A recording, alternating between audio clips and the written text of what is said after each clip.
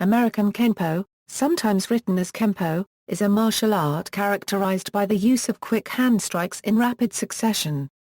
The multitude of fast strikes has a dual purpose, perhaps overwhelming an opponent, while attempting to ensure that at least some strikes effectively hit their target, akin to a striking combination.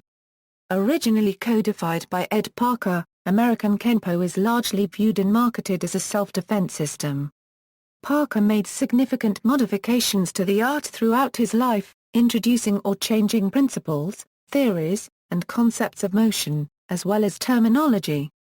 He left behind a large number of instructors who teach many different versions of American Kenpo, as Parker died before he named a single successor to his art. Etymology and nomenclature. The word Kenpo is originally a Japanese translation of the Chinese word Kwenfc. Its widespread, cross-cultural adaptation has led to many divergent definitions of its exact meaning. American Kenpo is often seen written as American Kenpo, leading to some confusion over the term's pronunciation. However, both are pronounced as if they had an M. Kenpo is an example of Romanization, while Kempo results either because of straightforward anglicization or as a result of applying traditional Hepburn Romanization, but failing to use a macron to indicate the long vowel. History. The modern history of American Kenpo began in the 1940s, when James Mito started teaching his ancestral Japanese martial art, Kushu Ryo Kempo, in Hawaii. Mito's art, later called Kenpo Jiu-Jitsu, traditionally traces its origin to Shaolin Kung Fu and Bodhidharma. Kenpo Jiu-Jitsu emphasized punching, striking, kicking, locking, and throwing. Mito's art was very linear, refraining from the circular motions common in American Kenpo. William K. S. Chow studied Kenpo under James Mito, eventually earning a first-degree black belt, and also studied Chinese Kung Fu from his father. Chow eventually taught an art, which he called Kenpo Karate, that blended the circular movements he had learned from his father with the system he had learned from Mito. Chow experimented and modified his art, adapting it to meet the needs of American students. Ed Parker learned Kenpo Karate from Chow, eventually earning a black belt. Al Tracy claims that Chow promoted Parker to Sandan in December 1961. Parker initially called his art Kenpo Jiu-Jitsu. He started teaching other Hawaiian Islanders attending Brigham Young University in Provo, Utah in 1954. By 1956, he was teaching commercially in Provo. Late in 1956, he opened a studio in Pasadena, California. He published a book about his early system in 1960. This has been characterized as having a very Japanese influence, including the use of linear and circular movements, focused techniques and jujutsu-style locks, holds, and throws. When Parker increased the Chinese arts content of his system, he began to refer to his art as Chinese Kenpo. Based on this influence he wrote Secrets of Chinese Karate, published in 1963, only very shortly after Kenpo Karate. The system, which came to be known as American Kenpo, was developed by Parker as his specific system, and featured Parker's revisions of older methods to work in more modern fighting scenarios. He developed new or heavily restructured American Kenpo's forms and techniques during this period. He moved away from methods that were recognizably descended from other arts and established a more definitive relationship between forms and the self-defense technique curriculum of American Kenpo. Parker also eschewed esoteric Eastern concepts, such as ki, and sought instead to express the art in terms of Western scientific principles and metaphors. During this time Parker also dropped most Asian language elements and altered traditions in favor of American English. Because Parker continually evolved his art, students learned different curriculum interpretations and arrangements depending on the time period in which they studied with him. Since many instructors had gone their own ways but didn't continue with his continual updating, consequently Kenpo today has several differing versions of technique examples or arrangements. One of the best-known students of Ed Parker was Elvis Presley. Features: American Kenpo emphasizes fast hand techniques used in rapid succession. Kicks are less common, and usually directed at the lower body because high kicks are slower to execute and potentially compromise the practitioner's balance. Physically, American Kenpo develops strength, speed, balance, and stamina.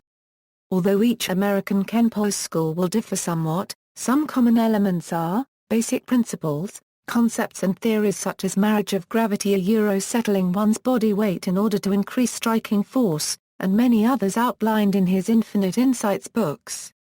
Every block is a strike, every strike is a block. A block should be hard and directed enough to injure an opponent, decreasing their ability to continue an attack. Every strike should counter an opponent's movement, decreasing their ability to mount an attack. Point of origin. Refers to moving any natural weapon from wherever it originates rather than cocking it before deploying it. This helps to eliminate telegraphing of moves. Economy of motion. Make sure every move counts and is efficient. Personalization. Parker always suggested that once a student learned the lesson embodied in the ideal phase of the technique, they should then search for some aspect that can be tailored to their own personal needs and strengths. Crest. The design of the IKKA crest was completed in 1958 when the art of American Kenpo was gaining international notoriety. The crest design was meant to symbolically represent the art's modernized form while simultaneously acknowledging the roots of American Kenpo in traditional Chinese and Japanese martial arts. Tiger represents bravery, power, and physical strength. It is the early stage of a martial artist's learning. It is important to work on the basics to prepare the body for later advancement. Also, the tiger in Chinese culture represent the celestial guardian of the west cardinal direction. The yin aspect of individual. Dragon represents quintessence, fluidity, and agility, but also spiritual strength and the later stage of a martial artist's training. The dragon is placed above the tiger in the crest to symbolize the importance of mental spiritual strength over physical strength. This does not mean that physical strength is unimportant. What it does imply is that martial artists need to have a good moral to guide their physical action.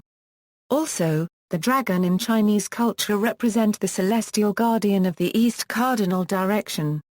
The yang aspect of individual. Circle. The circle represents continuity. Dividing lines. The lines within the circle represent the original methods of attack first learned by ancient practitioners of the Chinese martial arts. They also demonstrate the pathways which an object could travel by.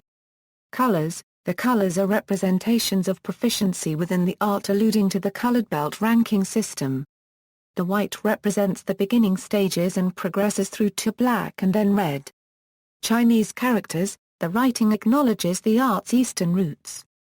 The characters on the right of the crest translate to law of the fist, Tang Chinese hand I 1/4 A per mil I 1/4 per mil, or empty hand I 1/4 C per mil I 1/4 per mil aka Kenpo Karate. The characters on the left translate to spirit of the dragon and the tiger. Shape. The shape of the crest represents the structure of a house. The walls and roof are curved to keep evil from intruding. The axe at the bottom of the crest is a solemn reminder that should a martial artist tarnish the reputation of the organization, they will be cut off completely. Belt rankings. American Kenpo has a graded colored belt system consisting of white, yellow, orange, purple, blue, green, 3rd degree brown, 2nd degree brown, 1st degree brown and 1st through 10th degree black. Different Kenpo organizations and schools may have different belt systems. For example, the WKKA includes an advanced rank for each belt, signified by a stripe of the next full belt's color worn on one end of the belt. They also include a 3-degree red belt prior to 1st degree black.